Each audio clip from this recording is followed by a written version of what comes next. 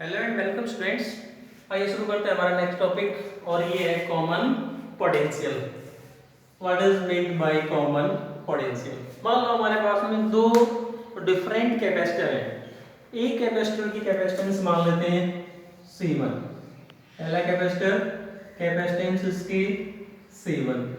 ये दूसरा कैपेसिटर इसकी कैपेसिटेंस मान लेते हैं C2। जब हम इनको चार्ज करते हैं तो मान लेते हैं कि पहले का जो पोटेंशियल है वो कितना है V1 और ये जो सेकंड कैपेसिटर है इसका पोटेंशियल क्या मान लिया V2।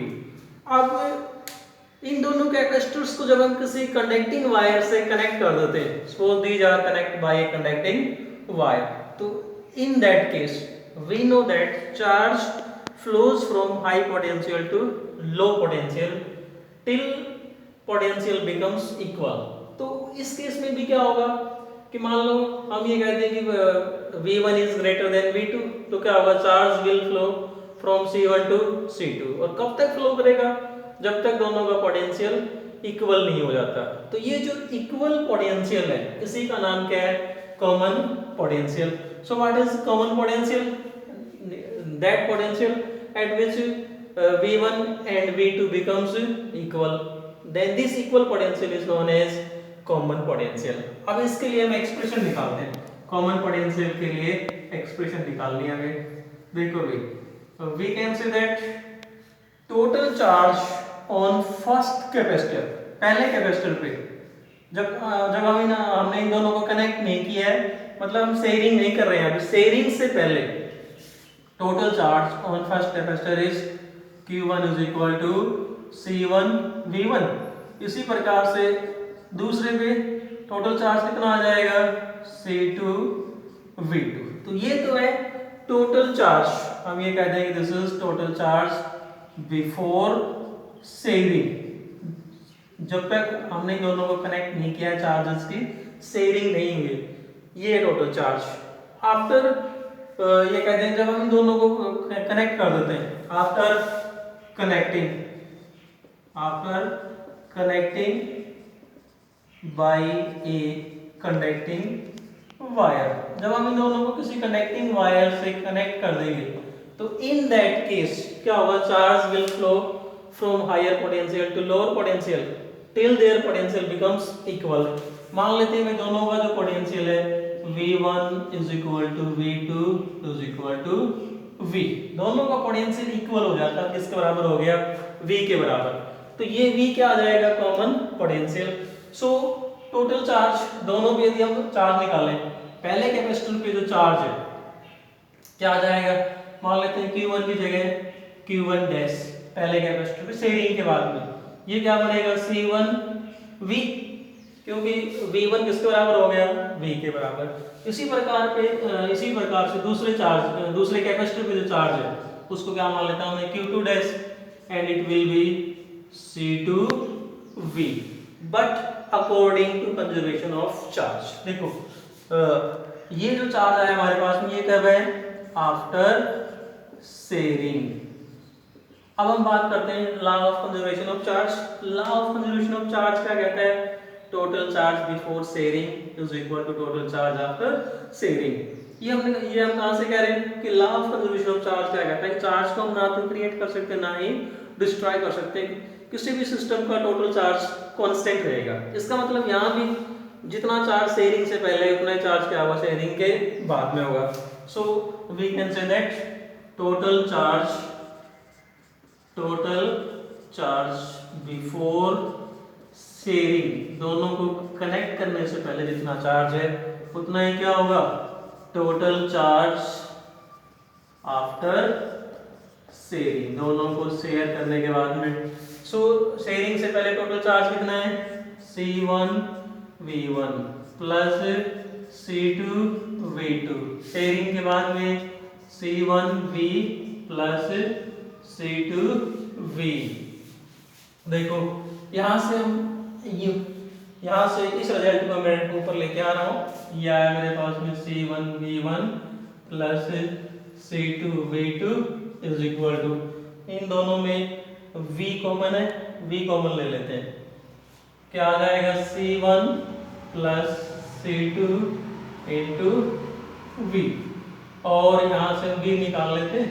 V निकालेंगे तो C1 प्लस C2 इसके बड़े में ले आएंगे, C1 V1 plus C2 V2 upon में C1 plus C2। This is the expression for common potential. ये आ गया हमारे पास में कॉमन पोटेंशियल के लिए एक्सप्रेशन। अब देखो यहां से हम इसके कुछ एक केस और डिस्कस करते हैं। अगर हम ये मान लें कि suppose V1 is greater than V2, अगर हम मान लेते हैं कि जो V1 है वो V2 से बड़ा है, तो देखो इस रिजल्ट को मैं दोबारा से लिख रहा हूं यहां से C1 V1। ये हमारा कंसेप्ट यहाँ खत्म हो जाता है कॉमन पोटेंशियल का। अब इसके हम केस लेके चल रहे हैं C1 V1 और इस टर्म को इधर ले आते हैं माइनस में C1 V is equal to, इधर आ जाओ C2 V और इसको इधर ले चलते हैं माइनस में C2 V2। देखो हमने ये माना कि V1 is greater than V2, तो C1 V1 माइनस में C1 V, ये तो क्या है loss of charge on first capacitor, पहले कैपेसिटर ने जो चार्ज लॉस किया है। और देखो V, अब V किससे बड़ा होगा V2 से, तो ये क्या बनेगा गेन ऑफ चार्ज, तो loss of charge is equal to gain of charge. So we can say that loss of charge by one capacitor, मतलब कि कैपेसिटर ने जो चार्ज लॉस किया है उतना ही चार्ज क्या होगा दूसरे कैपेसिटर ने गेन किया होगा।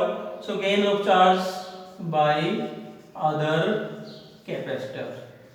अब देखो यहाँ पर हम ये नहीं कह सकते कि loss of potential by one capacitor is equal to gain of potential by another capacitor. Potential के केस में एप्लीकेबल नहीं है क्योंकि इनकी जो कैपेसिटी है वो क्या है डिफरेंट है।